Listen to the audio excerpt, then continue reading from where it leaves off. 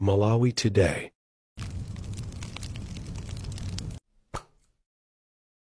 Afika ku office kwanga ku Ministry of Justice ndiyeno ndisinikize panopa kuntundu wa Malawi ndalenza mena kutebera kuti ndindima ripoti atatu amene ali ku desk panga ndikwayangana popano. Ripoti yoyamba imene ndinayo ndi imene inachokera ku Germany, zathu ufufuza za ndege ku Germany amene amati BFU.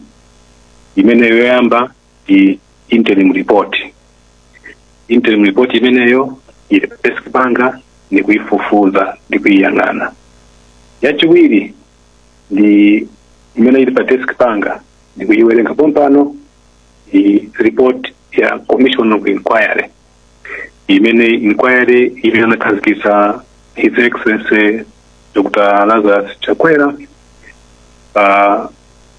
kani ya ndege imene kuti ifuzidwe Malawi konkuno. Imene yuso report ndinayo ndi kuiwerenga. Yachitatu ndipesane kinabino pamene. Yachitatu ni report ya ikulu kwambiri imene ninganene kuti ndi final report ya Antwerp of Germany BFU. Imene ndikuyanga naso maripoti wasewa atatu ali manja mwanga ndikuayangana ndayamba kali kuawerenga. Ndinene kuti panopa ndili pa report ya number 2 yoyambira ndaimaliza. Panopa imene ndikuwerenga ndi report ya Commission of Inquiry imene anakazikisa a president. Ndikamaliza imeneyo ndiwerenga final report ya ku Germany. Ndikawerenga zonsezo ndipereka report kwa president azikolino Professor Arthur Peter Mutharika komaso ndi ma recommendations amene ndikhale nawo pazimene ndawerenga pazimene ndaona mene ineyo ndafuzira. Ndineneso kuti ma report awiri oyambirira mene yoyambirira ndiyo malizira akuoneka kuti pafunika technical advice, technical assistance. Chifukwa zina zimene zikukambidwa menemo ineyo singakhale ndi ukadaulo omvetsera kuti chimene chikuyafutira ndi hapa tichani. Koma zimenezo ndikazikanizira bwinobwino mwina ndi pemphaso ena kuti angadithandize ndisanapite kwa president kuzifotokozera bwinobwino za technicals. Zikwambia chabwino tisana unikire kuti mwapeza zotani mwina maripoti ena ndenawo timafuna tingodziwa inu kupatulapo kukhala Minister of Justice munakhalapo Attorney General tingonena kuti ndinu lawyer ndithu mumadziwa nkhani za malamulo. Timafuna tidziwe kuti what legal or moral grounds would justify a fresh probe, chimene chingapangitse kuti pachitikenso kafukufuku wina ndi chani? Pali zitu ziwiri kapena zitatu. Choyamba ndichoti muta ngati mene mwamvesesa bwinobwino ndi mamvera bwinobwino lomwe zimene ayankula mama wa muno pa program ino Honorable Felix Njawala. Komanso ngati mnamvera bwinobwino mu parliament muja mene kani inayambira ikuoneka kuti mbali zonse ziwiri ya kuboma ya ku opposition mwinaso ndi ma stakeholders ena onse akanga ati akugwirizana chimodzi choti nkhani tioneso kachiwiri.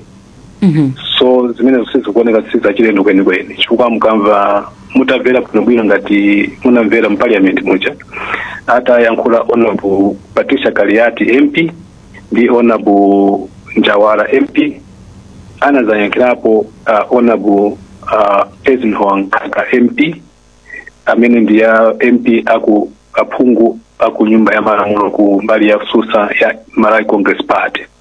Iwonso anasindika mu parliament mumuja namvera bwinobwino ine anasindika kuti iwonso ngati MCP na wonso ali ndi chidwi kuti nkhani iyi iunikidweso kachiwiri kuti nawonso mwina angaziwe cheni china chikandi chani. Zimene zomechokera kwa Honorable mkaka aku MCP. Ndeno tikati tifuze za moral ground kuti chimene chikupangisa kwambiri kuti tifufuzeso kachiwiri chikhala chichani, sili kuti akuyambisa ndi president kapena ndiyambise ndine, koma zikuoneka kuti mtundu wonse wa Malawi wakungana pamodzi kuti ngozi imeneyi ndi mmene zinachitikira mu Juni 2024 muja mwina zina ndi zina Amalawi sakufesa akufuna apesese bwinobwino. Nde ineyo sindifuna kuti ndipitirire kuposa pamenepo, koma ngati nduna imene ikuyang'ana za maripoti amenewo mene anditumira president mundipase mpata ndiyang'ane bwinobwino, si kuti ndikhala persuaded kapena kukakamizidwa ndi zimene zikufuta parliament kapena kukakamizidwa ndi zimene anthu akufuna. Ineyo ndikuisa chito professional yanga ngati lawyer kuti ndiyang'ane kuti pali chifukwa chenicheni choti nkhani ifufuzidwe kachiwiri kapena palibe chifukwa choti ifufuzidwe kachiwiri. Zimenezo ndikamaliza kuwerenga maripoti ipereka recommendation imene kwa president, ndizo zonse imva kuchokera kwa president, koma ndikuvomereza ndikugwirizana nazo kuti anthu ambiri akufuna kuti nkhani ifufuzidwe kachiwiri.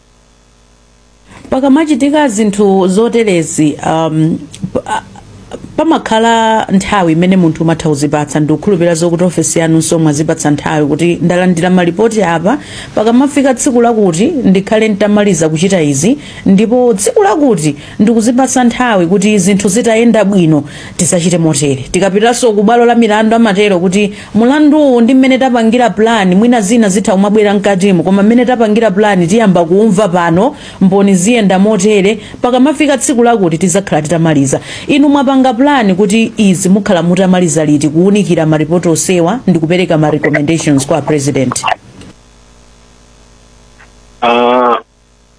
Plan yanga yoyambirira ndisanaone depth kapena kukula kwa maripoti awawa, ndinazipanga kuti ndinazipasa plan kuti maripoti akakofika pa desk panga Ministry of Justice isaduse 7 days ndikamaliza kuunguza ndikupereka recommendation kwa president. Ndeno mmene timamaliza parliament lachisanu latali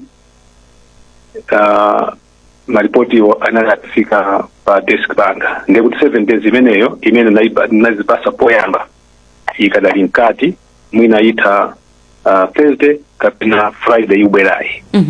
Koma mmene ndanenera poyamba baja zimene ndikuwerenga osafuna kulowa mu details kapena mukati mwa maripoti yo, zimene ndikuwerenga zikundipasa chithunzi choti mwina ineso ngati nduna ndifunaso mwina ukadaulo wina makamaka pa maripoti aku Germany awiriwa.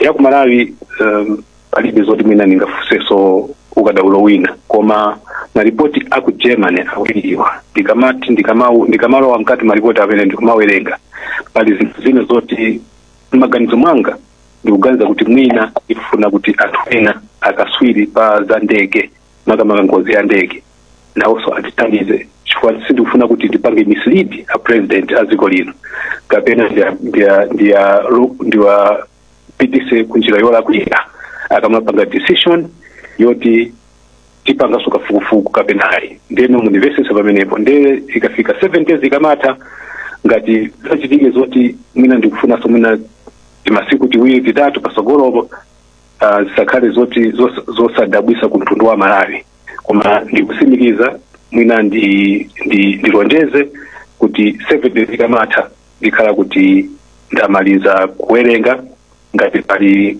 pofuna kuti ena alowererepo andithandize ineyo ndisapite kwa president ndipanga decide ndikamapita kumapeto kwa sabata ino chisanu kapena lachisanu imene kubwerayo. Innocent ndikukhulupirira zokuti uli ndi china chokuti ulankhule kapena wafunse a minister, koma ndisanabwere kwa iwe Innocent, honorable minister, ndimafuna ndingofunsako